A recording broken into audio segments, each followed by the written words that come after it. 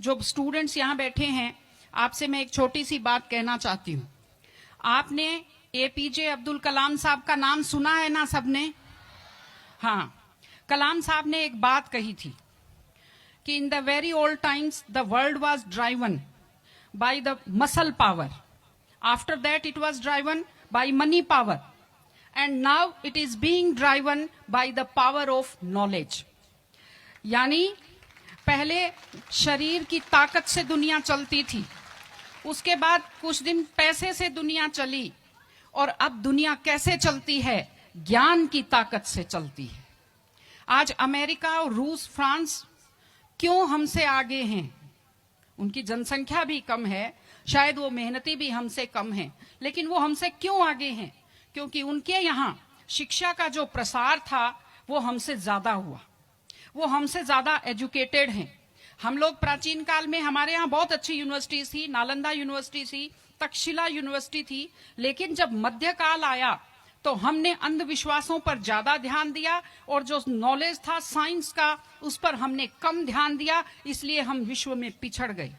SST में आप लोग पढ़ते होंगे, 10th के बच्चे एसएसटी पढ़ते हैं, कि एक समय था जब वर्ल्ड की जो रिचेस्ट कंट्रीज थी वो रूस अमेरिका नहीं थी, वो इंडिया था और वो चाइना था। चीन और भारत विश्व के सबसे धनी देश थे, लेकिन हमने एजुकेशन पर ध्यान देना छोड़ा। उसका नतीजा ये निकला कि हम लोग गरीब हो गए, हम लोग पिछड़ गए, हम लोग कमजोर हो गए। इसलिए अगर आपको खुद को ताकतवर होना है और इस देश को ताकतवर बनाना है तो आप लोग शिक्षा पर ज्यादा से ज्यादा ध्यान दीजिए। हमारी बेटियां यहां बैठी हुई हैं, आप लोग बहुत खुश किस्मत हैं, आपकी किस्मत अच्छी है कि आपने इस जमाने में जन्म लिया है जब लड़कियों को स्कूल भेजा जाता है, जब लड़कियां बराबरी के अधिकार के साथ आत्मसम्मान से जिंदगी जी सकती हैं। मैं अभी सोफे पर अकेली बैठी हुई थी, फिर उसके बाद शिफा जी आए, और फिर उसके बाद संतोष जी आए, तो हमें जगह हमारी बढ़ती गई। मैंने कहा भाई पुरुषों सिंहासन खाली करो, महिलाएं आती हैं।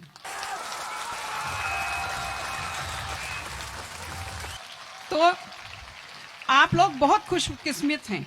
आपकी दादी नानी कितना मेहनत करती थी, सांस नहीं ले पाती थी खुलकर, घूंघट से चेहरा ढककर रखना पड़ता था, जोर से बोल नहीं पाती थी, कानाफूसी में बात करती थी, और आप कितने सम्मान के साथ अपना बैग लेकर के पूरे विश्वास से आप स्कूल आते हो।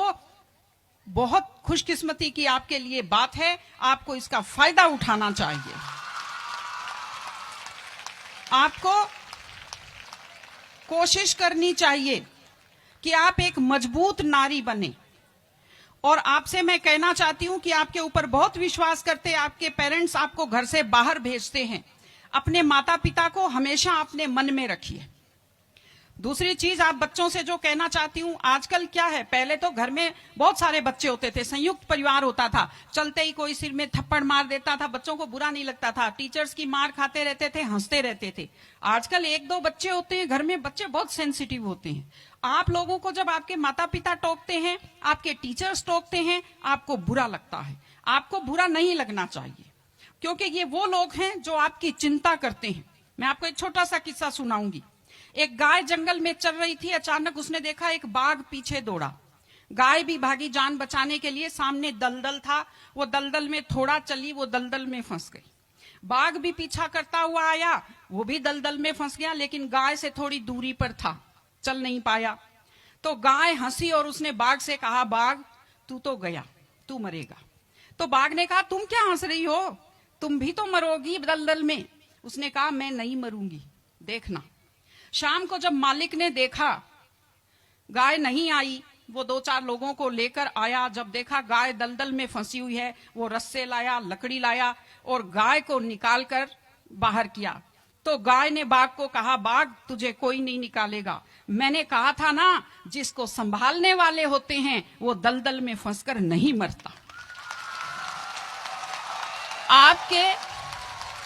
आपके जो टीचर्स हैं, आपके टीचर्स और आपके पेरेंट्स आपको संभालने वाले हैं। अगर आप उनकी बात मानेंगे, आप डांट के पीछे छुपी हुई उनकी चिंता को आप समझेंगे तो आप बुराइयों के और गलतियों के दलदल में कभी नहीं फंसेंगे। इसलिए अपने माता पिता को, विशेषकर अपनी माँ का चेहरा अपने दिमाग में रखिए, अपने दिल में रखिए कि वो आपके ऊपर कितना विश्वास करते हैं, वो आपकी कितनी चिंता करते हैं, घर पे आपका इंतजार करते हैं, आपके लिए हमेशा वो दुआएं करते हैं। आपके माता पिता जब मंदिर में जाते हैं खुद के लिए कुछ नहीं मांगते, जब वो बचत करते हैं उस पैसे से खुद के लिए कुछ नहीं खरीदते, वो पैसा आप लोगों पर खर्च करते हैं। उनकी इस चिंता को समझिए, अपने टीचर्स की चिंता को समझिए। मैं आप सबको बहुत शुभकामनाएं देती हूं कि आप लोग, आपकी बुद्धि तीव्र हो, आपका मन बहुत समृद्ध हो, आपका हृदय बहुत संवेदनशील हो। मैं स्कूल को मैं बहुत बहुत शुभकामनाएं देती हूँ। टीचर से अपील करती हूँ कि व्यक्ति केवल शरीर और दिमाग नहीं होता, एक मन होता है, एक आत्मा होती है। माइंड जो है, mind is sharpened by the knowledge and information. दिमाग तो तेज होता है, लेकिन बच्चों का मन समृद्ध कीजिए, उन्हें कमजोर पर दया करना सिखाइए, उन्हें परिवार के प्रति संवेदनशील बनना सिखाइए कि वो एक अच्छे संपूर्ण नागरिक बने, जिसको कहते हैं कंप्लीट पर्सनैलिटी, वैसे बने। मैं स्कूल को, आप सब बच्चों को, आपको ढेर सारी शुभकामनाएं देती हूं। आप अच्छे व्यक्तित्व बने, आप अच्छे नागरिक बने, एक मजबूत परिवार का, मजबूत देश का और एक अच्छे समाज का आप निर्माण करें। आपने बुलाया, हमें सुना, हमें सम्मान दिया, मैं हृदय से आभारी हूं। बहुत बहुत धन्यवाद। नमस्कार।